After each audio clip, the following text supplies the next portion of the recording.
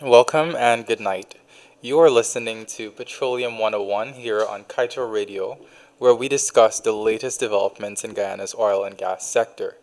I am your host, Kemol King, and tonight's program, I am going to bring on the chair of the Private Sector Commission, Mr. Nicholas Degu Boyer, to discuss local content in Guyana's petroleum sector.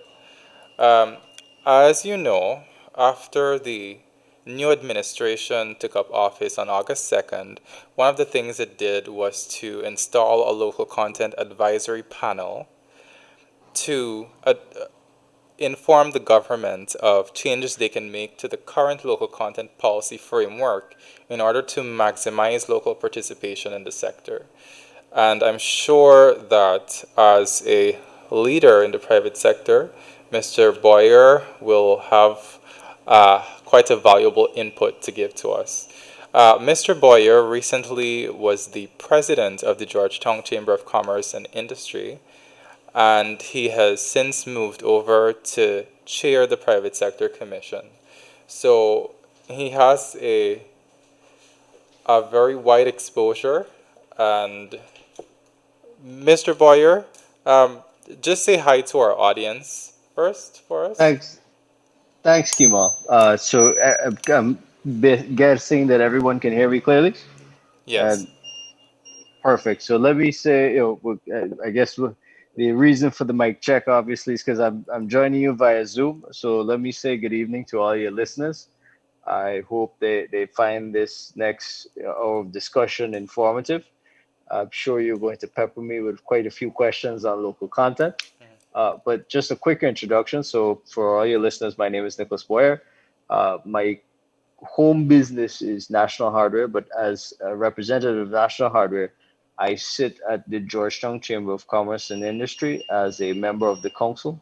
I was elected president at the Georgetown Chamber of Commerce and Industry. You can serve a max of 2 years, 2 terms in presidency. Now, I have been elected to chair the Private Sector Commission. And just a quick introduction about the Private Sector Commission.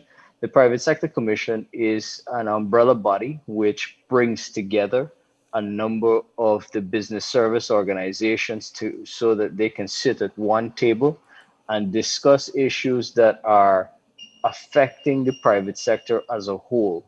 Because at that table, you have my compatriots. So you'd have, for instance, the president of the Rupununi Chamber of Commerce, you'd have the president of the Guyana Gold and Diamond Miners Association, the president of the Guyana Manufacturing Services Association.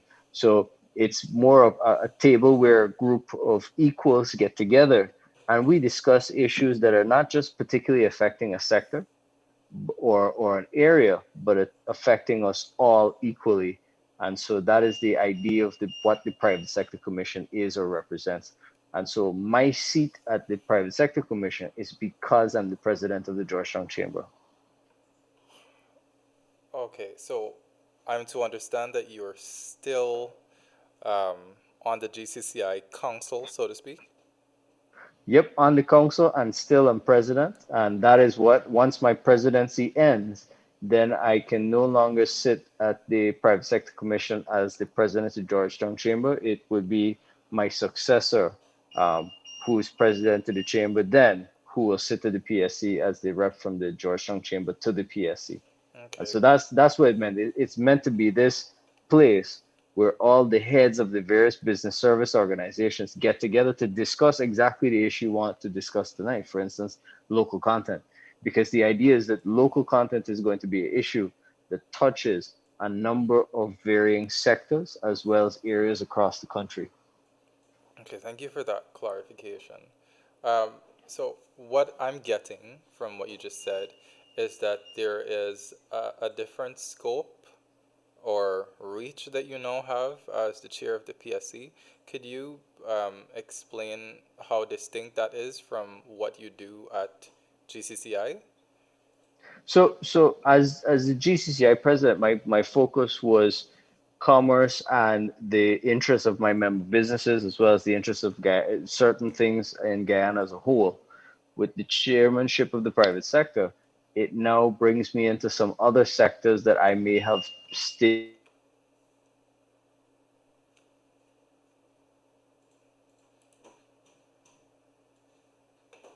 My focus as the chair of the Private Sector Commission is that when there's a nationally cross-cutting issue, such as taxes that are levied across the business community, or in our case, as we're going to discuss tonight, local content, it's an issue that I want to deal with at the level of the Private Sector Commission because local content is going to be talked about. The oil and gas industry has really sparked the interest in it, but you're going to have a lot of discussion about it in the mining industry as well and the construction industry.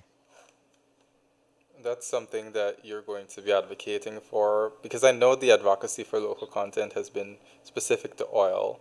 Um, Yep. do you But if think? you could think about it Mhm. in the future, what's going to happen is that we are going to want to make sure that a lot of our extractive industries, because we have bauxite, we have gold, have strong local content in them, as well as the construction industry, right? We want to have less reliance on foreign imported labor in the construction industry, unless it is such that, in other words, if Guyana goes into a building boom, we will need to import labor, but we don't want to import labor to replace Guyanese labor.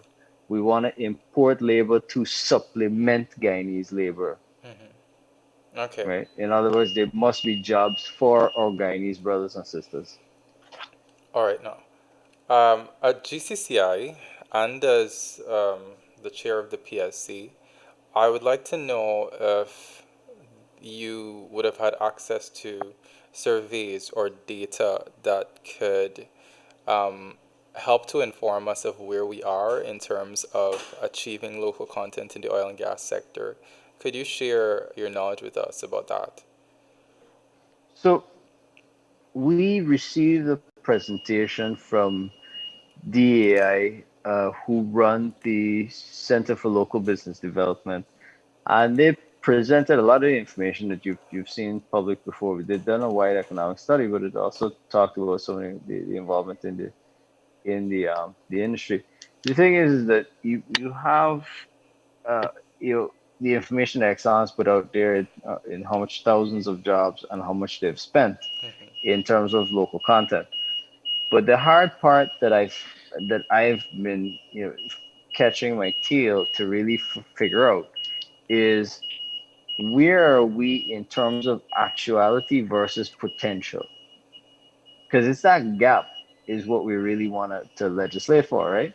Because you have a certain amount of products and services that can be produced, those products and services just have to be bought here. But then, sorry, can you hear me? I think I may have dropped off for a second. Can you hear me? It's a little in and out. I can hear you now. Go ahead. Okay, yeah, perfect. So the thing is, let me just switch to my because we just got blackout. So let me switch to my data plan. Sure.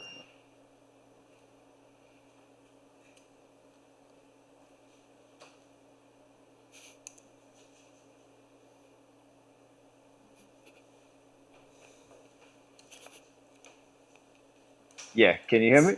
Yeah, perks of living in Guyana. Okay, hear me clearly now? Yes. Go ahead. Mr. Boyer, are you still on?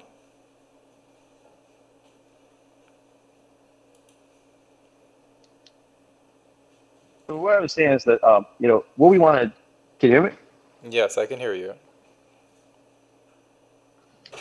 Okay, perfect, perfect. I think there was a slight delay, but so what I was saying is that what we really want to do is look at that gap where we have a certain potential for local content and we have how much we're actually getting, and we want to close that gap to say we taking how much we're getting to the full potential of what we can do Right. in terms of local content, right? And so I was happy to see, I mean, let's address the elephant in the room, right? So there were a number of as to why representatives from the Georgetown Chamber of Commerce and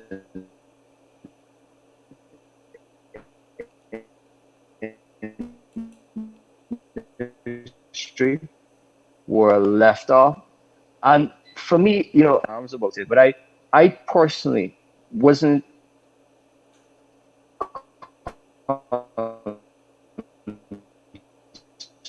concerned because by Mr. Sham Nakta, who is a friend of mine, Manufacturers and Services Association, and we've had some discussions on local content.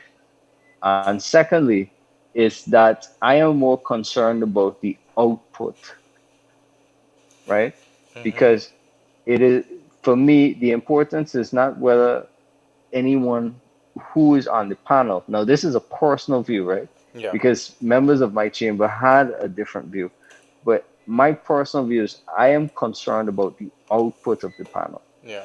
So I, whether I sit on the panel to me is irrelevant. Whether I have interactions and can work with members of the panel who have been appointed and be able to give them input and direction from the business service organizations so that we get to a certain output. That is what's important.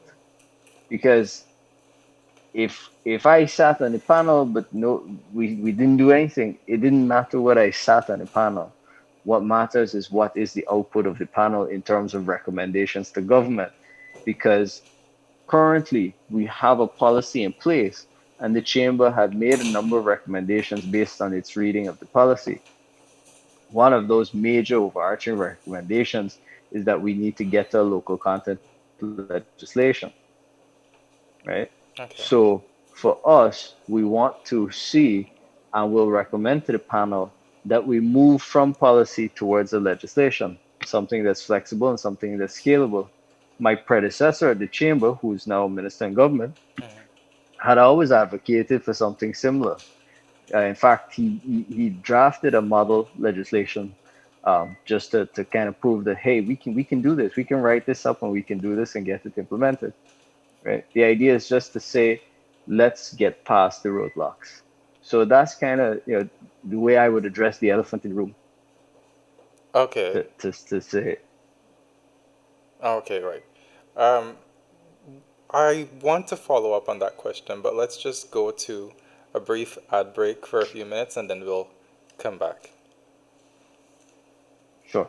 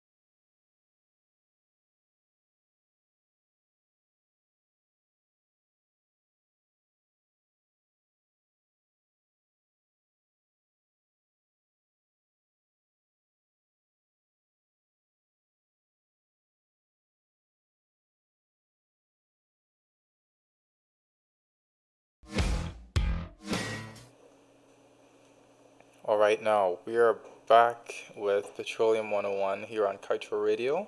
I'm your host, Kemol King, and we have with us the chair of the Private Sector Commission and the president of the Georgetown Chamber of Commerce and Industry, Mr. Nicholas Degu Boyer.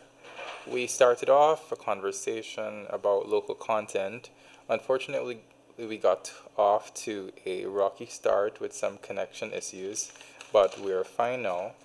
Mr. Boyer, before we went off on break, you mentioned uh, perhaps another member of the chamber speaking to the need for more um, participation from other members of the private sector, other business service organizations Mm-hmm. on the local content advisory panel.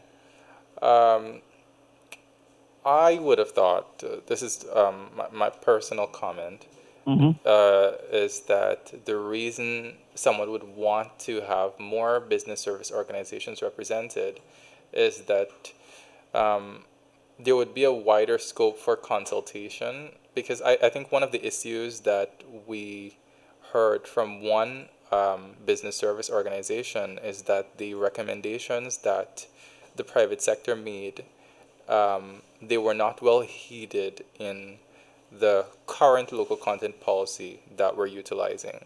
Right. And let me address that because, as I said, so one of the things that why I was particularly not concerned is because I have a pre-existing relationship with the chairman panel, and he reached out to me today, for instance. So we're going to be consulted as the private sector commission, and then I'm expected to marshal the troops of all the business service organizations who I sit down cross table with to Mm-hmm. get their feedback. So that consultation process is going to happen. Um, I think what the key issue is that a lot of people feel that, typically government of Guyana, whether previous government or before, sometimes has heavy-handed approaches. And so what I think people are expressing is a fear that they won't be consulted and they'll just be steamrolled by a policy, right? Mm-hmm. But this does not seem to be the thrust so far, and it seems that they're doing that consultation. So the chairman of the panel, who also happens to be the president of the Guyana Manufacturing Services Association, reached out to me, and we will be having that meeting, and we will be giving them that feedback and consultation, Okay. so that, we can ensure that because this panel, he'd explained to me, is very specific in nature. It's not going to be. I'm not sure what is going to happen, or what the plans are after a local content legislation is implemented. Or I guess maybe what I should say is that our plan should be that the Petroleum Commission, when it's set up, will have some function in terms of local content regulation, right? Maybe there's a local content panel as part of the Petroleum Commission. So this panel is kind of an interim mechanism until you get the more permanent structures that will manage the petroleum industry, which are the Okay. Petroleum Commission and possibly some sort of local content committee, commission, or panel under the Petroleum Commission. Okay. So this, I suppose, is you giving your seal of approval, your stamp of confidence in this interim panel.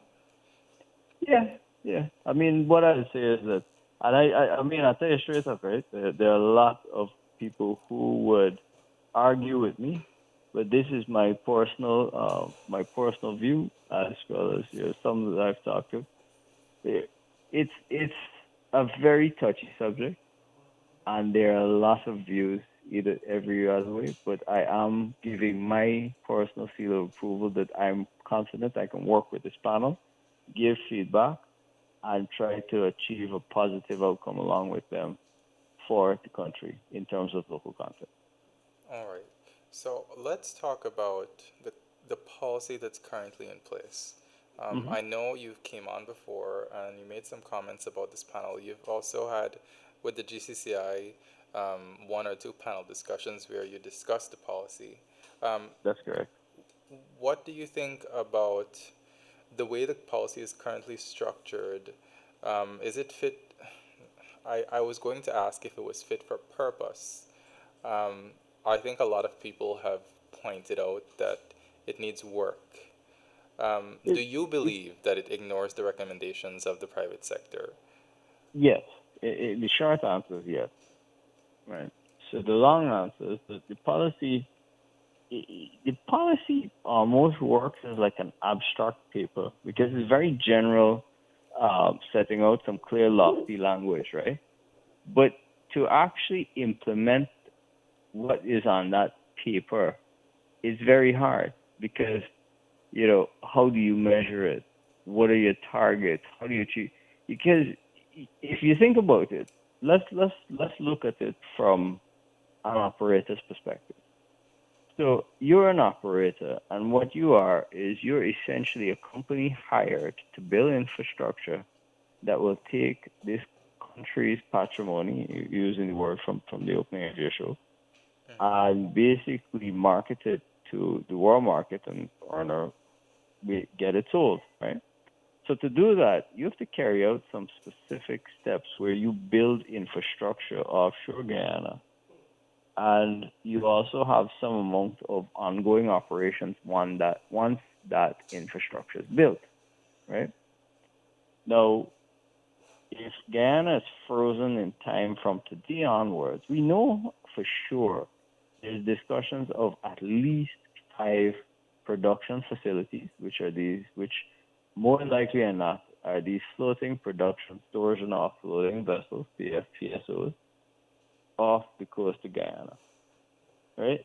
And what that means is each FPSO has around it a number of wellheads, which they're called trees, and subsea umbilicals, which are basically floating pipelines that go up from the wellhead to the facility, the production facility, right?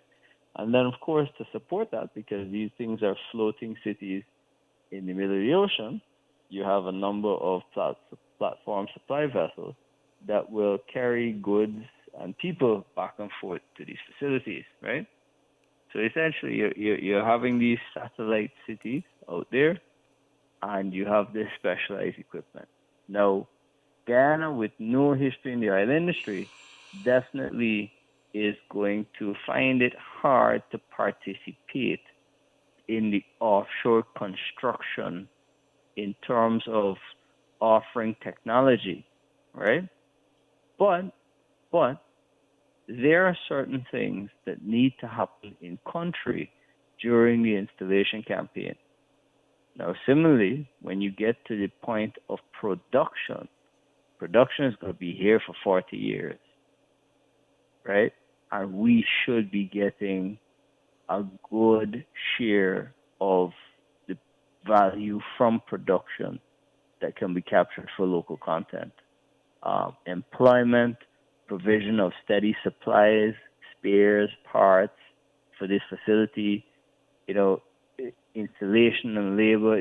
There's a number of things that are going to happen. And for 40 years, we don't want to have to bring in specialized technicians in and out for every little item. You want to bring in specialized technicians for things that are just so esoteric. You only have one of it, and there may be 5 in the world because this is deep and ultra deep waters, and we don't need 40 such experts in Guyana, right?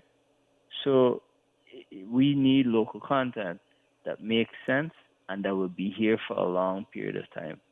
And while Exxon has been, they've been promoting as an operator, they're doing these things internally and they have their internal policy. We cannot be dependent on Exxon to be a self-regulator. Nothing wrong. I'm not accusing Exxon of doing anything wrong, but that's not the way to administer as a country. We must build up our own internal capacity to administer and regulate this industry. And so everything starts with this first step of putting in a local content legislation, as well, and putting in a petroleum commission, putting in local content legislation. You got to build a regulatory framework in the industry. Even though a lot has been made, for instance, on the environmental side, on flaring, right? But it's not just flaring. There are certain things that a lot of experts in the industry have talked to me about. Because remember, I'm no expert in the industry. Everything I've picked up is from talking to other people, doing my own research, going to conferences. For instance, you talk about things like having a depletion policy, which states that at what rate you want to pump that oil out, and having things like a decommissioning. And decommissioning is going to be huge for the environment and to the country. Who's going to pay in 40 years from now when it's time to abandon those wells drilled into the ocean floor? So the regulatory architecture for the industry needs to be put in place. And of course, the hot topic for us in business around it is local content. And we are happy that the government has put the panel in place. And I do express confidence in the panel getting work done. But I could tell you one thing. I'm not going to go soft on the panel, and I'm not going to shirk the responsibility of representing the interests of Guyanese businesses. That we want significant, as much value as we can capture without putting people in harm's way or sending costs up exorbitantly. In other words, just trying to make money because or what I should say is rent out our citizenship because we're Guyanese. We want actual value-added local content which produces jobs for our people and which springs up a number or ecosystem of Guyanese suppliers who are internationally competitive. And you might find that they may start to export. They may start to export those products and services to other budding oil countries, for instance, Suriname. Okay. Could you give us a snippet of, say, the recommendations that you Oh would boy. prioritize for local content policy / legislation? That's the PSC paper alone is about 12 pages, and Chamber's recommendations another 14. I'd be very happy to share those with not just your news outlets. To be fair, I'd share it with a number of news outlets. It's not. I want you to think that we're trying to keep secrets. So I'd be happy to share that. The issue is to cover it here in just a few minutes, and I haven't. It's been a while since I've dusted it off. I wouldn't be doing it justice right away. But I'd be happy to share that. What I could tell you though is essentially that where the gaps was that the policy put in a lot of lofty language saying we think Guyanese should benefit, right? Mm-hmm. But it didn't have the actual hard teeth to say, okay, so let's say the Guyanese are not going to build the top sides of the FPSO or put in the subsea umbilicals, but Guyanese can crew the platform supply vessels up to a certain point. Guyanese can crew, and Exxon did make a point that they're hiring Guyanese for the FPSO, but how much more can we do, right? Because we need, you see, what needs to happen is you have to have a direction agreed upon between the government and the private sector, that the private sector is willing to make so much investment, and the government has such desire that they've mapped out the value chain of the oil and gas industry, and they say the Guyanese want to play in this part of the value chain, this part of the value chain, and this part of the value chain. Now then we could go back and measure and say, okay, so let's look at, for instance, platform supply vessels, right? We've looked at how much local content is currently in that section of the value chain. So can we get up to, if it's 30% local content, right? You can look at the value of salaries paid, the value of goods procured, right? But maybe we think we could get up to 60 or 70% local content in that section of the value chain. Then we need to put the policies and legislation in place. Natural deep harbor. Should we be going down that road? But should we be importing labor to work on the production facility when we have a lot of local labor available and that labor is going to be needed for 40 some years? It doesn't make sense to import the labor. Makes sense to utilize Guyanese right here. Makes sense to utilize Guyanese right here to crew the platform supply vessels.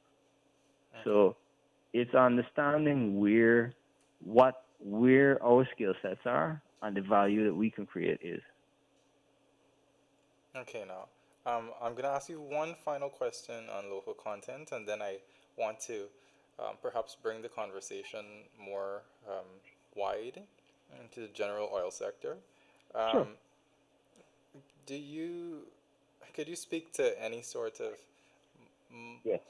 I don't want to call it monitoring capacity with the private business service organizations because you spoke earlier in the program about the data that we have seen from the Center for Local Business Development and sort of matching that with the capacity.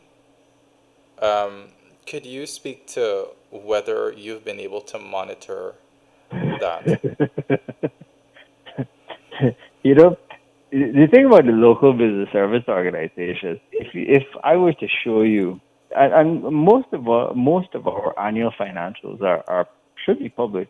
I know for the chambers is, the PSCs is, and you can feel free to pull those, right? Mm-hmm. These guys run on very thin budgets, right? And we're trying to build capacity.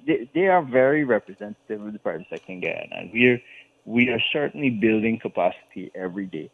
And where they came from, you know, they're still in the fledgling stage. Um, is it something we would love to do? Yes, certainly. Is it something that we have the resources in house right now to do?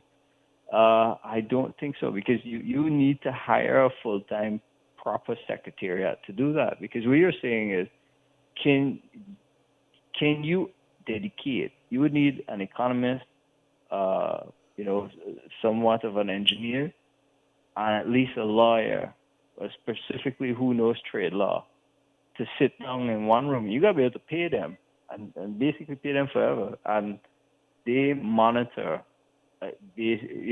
what's going on in the industry. Because to be able to, because what you're saying is, can I take on a function of a regulatory organization, Hmm. right? And firstly, map out the value chain. So, Shore News has done a lot of reportage over the past several weeks, and a lot of it has been focused on transparency and the likelihood of corruption in the oil and gas sector. One of the major stories we've carried is about the presence of a wide range of red flags of corruption in the oil and gas sector. The Natural Resource Governance Institute has put out a document where it says, we have right, analyzed the oil and gas sector the world over, and we have seen a trend of 12 major corruption red flags. Now, these aren't 100% indicators of corruption, but they are tools of inquiry for corruption in the oil right. and gas sector. Um, and Guyana has ticked all of those boxes. Um, You know, the thing I'd say, let's, because we talk about two things, and I mean, I read Kaieteur News, and I know exactly where we're going. So let's again, like let's knock out the elephants in the room. So the first one, I know everyone talks about the contract, right?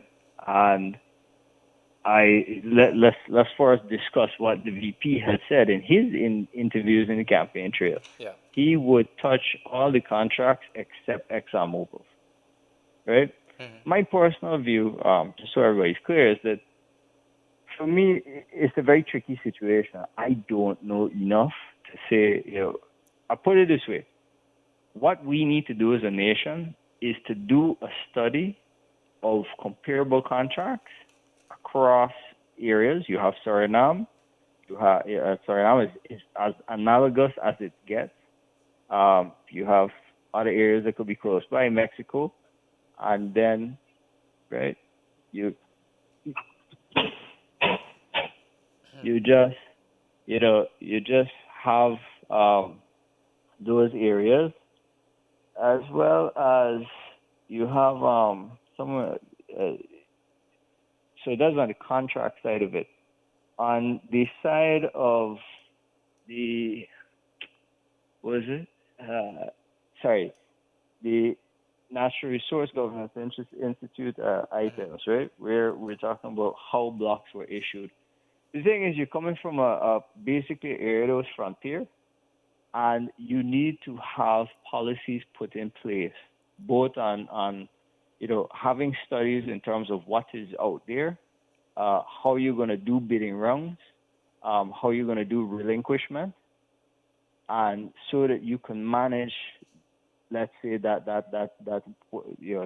patrimony that is out there more effectively. Now, clearly, everyone has pointed to the oil blocks that were awarded in the 2011 to 2015 period, right? But the issue is, if those were legally done according to the laws then, right? I understand what you're saying, which is you have a best practice, and according to best practice for transparency, they do not meet the criteria. But the issue is that they were legally given out. So if we want to change that, we now have to go and change our laws. Yeah, okay, so what you're saying is, um, I don't want to simplify what you're saying or put it into a headline format, but I want to ask, is what you're saying the fact that we're showing up so many corruption red flags is due to our weak regulatory framework? Exactly. Yes. Yes. Yes. Okay, that's fair. I was going to point out earlier when you started talking about how I feel like there are two different conversations we might be having. One about um, how wise you're managing negotiations for a contract, and the other conversation about corruption. And now I see that you've linked both. Okay. Um, well, you mentioned the need to do a study of comparable contracts across areas and seeing where Guyana stands. I think we've already passed that point because the vice president did acknowledge on many occasions that the contract is bad.